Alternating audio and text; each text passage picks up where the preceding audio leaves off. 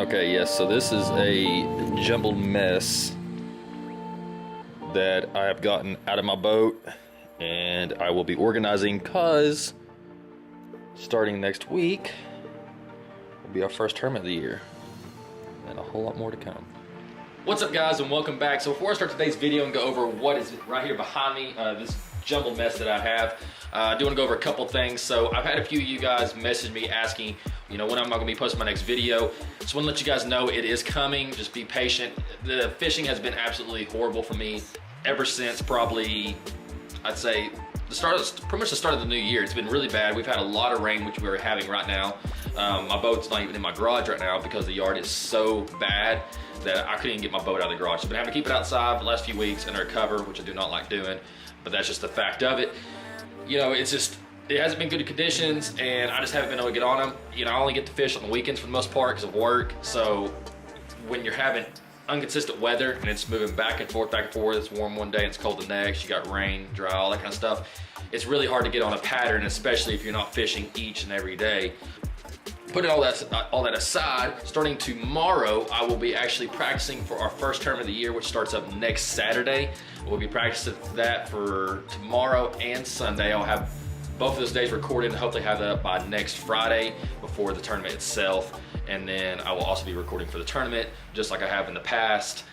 I'm trying to think what else. I just got off the phone with Kevin, which is also my buddy, who you guys seen in a lot of videos. I'm just gonna talk to him. There's another tournament coming up here in the next 2 to 3 weeks, and I'm gonna co-angle with him as well.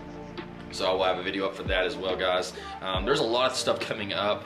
The weather's getting a little better, the fishing should start getting better, and hopefully we'll be able to start putting up more videos. Anyways, guys, enough of all that. Go and get on to what the video is about. So I have a lot of stuff right here behind me.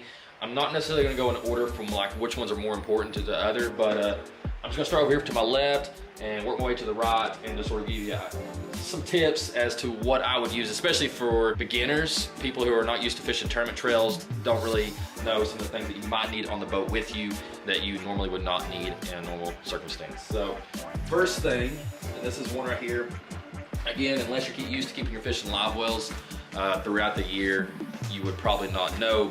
You know, fish have to adapt throughout the year when the water temps change. Well, your live wells, obviously, you know, you need fresh oxygen and stuff like that.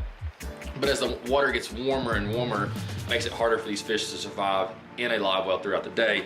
So any kind of live well additive, I use G-Juice right here. I just went and bought some more 2 days ago because I'm almost out. Any kind of additive you can put in a live well to help them survive, help their slime coat, anything like that, is very, very key, and I would say it's also very important to use. First thing I would mention is having something that you can use to measure your fish. Depending on the lake you are in, it's gonna be different, but I would definitely have something like this on your boat that you can measure the length of your fish. You do not want to be penalized in a tournament, you know, come in with a fish just barely too short or not within the limit size, and you end up losing either the fish in all, or you end up losing the fish plus maybe another pound on top of that. So it's just not a good thing to do. Make sure you have something on your boat to measure your fish. Outside of that, what I have right here in my hand is a cooling system. These are not only colored, but they're also numbered as well. If you're like me and you catch a lot of small fish and you're having to cull them out throughout the day, that is good to know. You can just remember by either color or number which one is your smallest one and work your way up throughout the day. So that's very key. It also makes it very easy to get them in and out of the live well. One other thing I would mention, in years past I have used cooling systems that penetrate into the fish itself. It's not good for the mouths and it's just not healthy for them. So I've switched over to just these kind of cooling systems. They just literally just grip onto the edges of the fish's mouth, and they have various brands out there that you can buy. I would highly suggest switching over to that. It just helps the fish, and in all honesty, it can actually help you catch more fish, because as you use those penetrating cool systems on those fish and they slowly over time rip the sides of their mouth, well, those are holes in their mouth, and obviously the more holes that are there, the more likelihood a fish has of spitting your hook out. So it can help not only you but also the fish. I also have some fin clips that I have not tried out before. If you guys have tried these before, let me know in the comments below. I have not tried these out. I'm gonna try them this year. I'm very interested to see how they work. I know a lot of the pros out there use them, and they swear up and down that they work very, very well. So I got those as well. Also got a weigh bag. The first tournament me and Kobe ever fished together, which was Well, it was the first tournament that was ever recorded on this YouTube channel. When we got done with the tournament, we only had 2 fish to weigh in, but they were really good sized smallmouth, and we did not have a weigh-in bag. So we ended up literally grabbing the fish, walking them all the way up to the scales, and just standing there holding fish outside the water.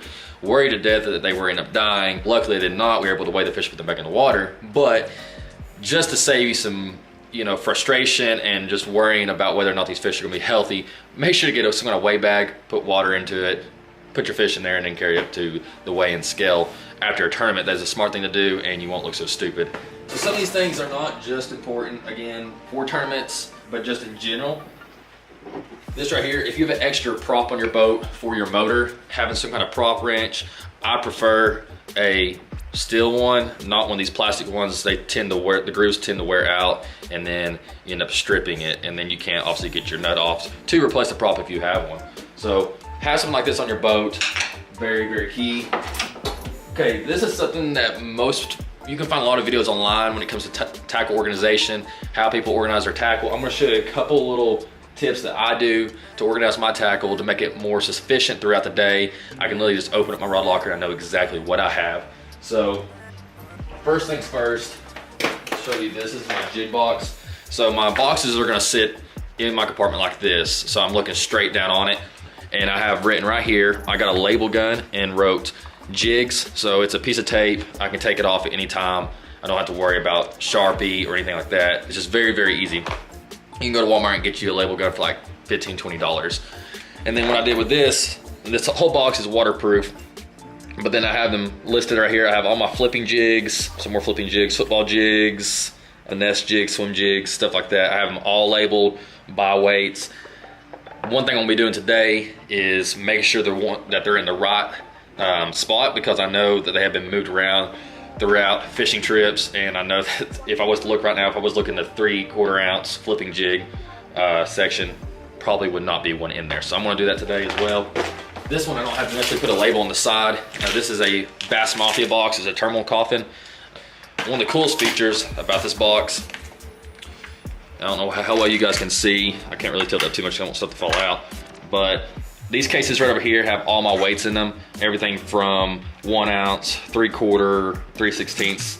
I have some flipping and worm weights right there. And then I have all my hooks on this side. And I have like 5/0, 4/0. Those are flipping hooks. Then my worm hooks, I have 5 and 4 and 3/0 hooks. And then I have all my finesse hooks and weights down through here, as well as Carolina beads and stuff like that. Very, very key when it comes to switching out your tackle throughout the day. Just having things organized, having stuff labeled can literally save you a lot of time in a tournament. Let's see what else. Okay, so like right now it's still winter, it's still pretty cold. This morning I think it was like mid-30s. Having cold weather gear is very, very important. I know some people can't afford to go out and spend like $200, $300, $400 on a rain suit or something like that, but it is very, very important to have something, whether it just be overalls or whatever. Something that I have invested in the past year that has helped me when it comes to driving up and down the lake when it's really cold. Obviously your face gets really, really cold, and it's hard to keep your eyes open. So I bought me one of these safe faces. It has helped me a lot, especially since I got this new boat. Obviously I'm not running 30 miles per hour anymore. I'm running literally twice the speed. So this has helped a lot. It's allowed me to be able to run faster, get up and down the lake quicker, and has definitely helped my vision. As well with that, I have some gloves. These are some 100-mile-per-hour Gore-Tex gloves. Have definitely helped a lot. I don't use them while fishing. Some guys can use like full gloves while fishing. I can't. For running up and down the lake, very, very good to have.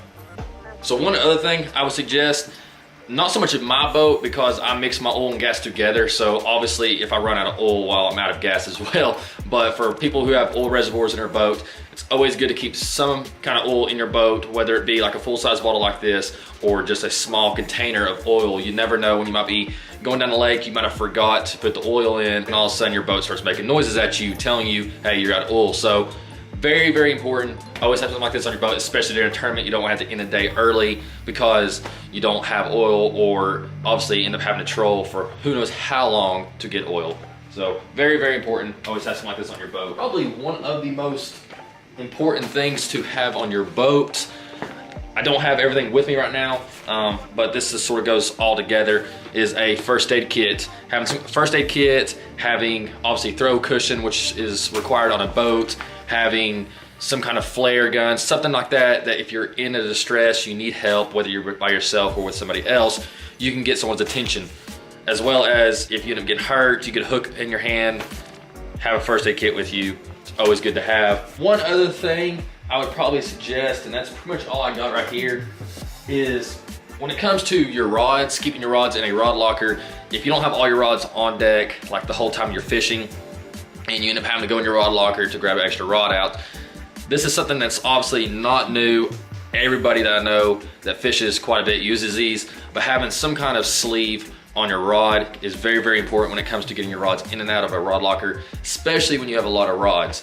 I don't necessarily have a lot, but for what I do have, they can still get tangled up, and it just becomes really annoying. It also, not only that, but really can fray the line when they're rubbing up against each other when you're on rough water or whatever it may be. So having something like this can literally save you some time.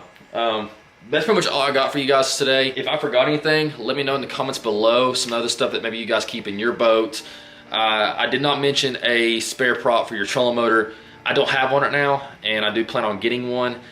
Me and Kobe actually lost one last year on Chickamauga when we were fishing a bunch of mats. He did not have his nut on his prop tight enough, and it ended up spinning off, and we ended up having to call it because we didn't have extra props. So again, having stuff with you, being prepared for a tournament can be very important, especially when you're putting money on the line. It's just like a job or anything else. You want to make sure you're prepared and you don't end up losing all that money for nothing.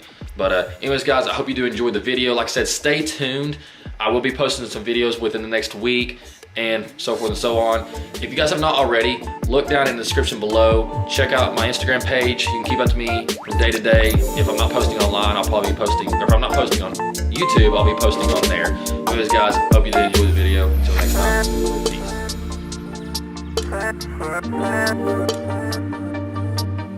peace.